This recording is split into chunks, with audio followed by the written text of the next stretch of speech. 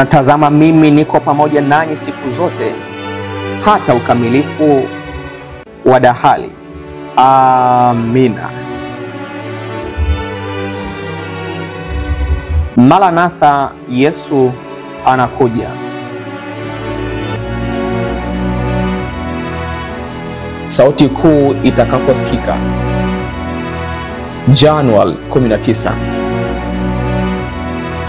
Naam, tukijua wakati kwamba saa ya kuamka katika usingizi imekwisha kuadia, kwa maana sasa wokovu wetu u karibu nasi kuliko tulipoanza kuamini. Warumi 13:11. Mwisho umekaribia, ukitunyemelea kimya kimya kama ujio wa mwizi wakati wa usiku. Bwana tusaidie tusije tukalala kama wengine wanavyofanya, bali tukeshe na kuwa makini. Ukweli utashinda hivi karibuni kwa utukufu, na wale wote ambao sasa wanachagua kuwa wafanyakazi pamoja na Mungu watashinda pamoja nao. Muda ni mfupi, usiku waje asipoweza mtu kufanya kazi. Wakati unakuja ambapo kutakuwa na wengi wanaoongoka kwa siku kama ilivyokuwa siku ya Pentekoste, baada ya mitume kupokea Roho Mtakatifu. Wengi wameuacha mwaliko wa Injili upite bila kuutii. Wamejaribiwa sana, lakini vikwazo kama milima vimekuwa vikionekana mbele ya nyuso zao na kuwafanya wasisonge mbele.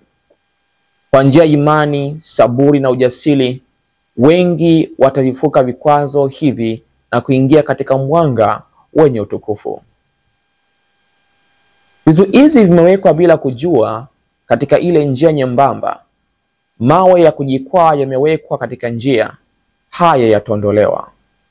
Kinga ambazo wachungaji wa bandia wamewazungushia kondoo wao zitaishiwa nguvu. Wengi wataingia katika nuru na kufanya kazi ya kuitangaza nuru. Viumbe wenye akili kutoka mbinguni wataungana na wajumbe wa kibinadamu. Likiwa limetiwa moyo kwa njia hiyo, kanisa litaondoka na kuangaza, likitumia nguvu zake zote takatifu katika shindano. Kwa njia hiyo kusudi la Mungu litatimizwa. Lulu zilizokuwa zimepotea zitakuwa zimepatikana.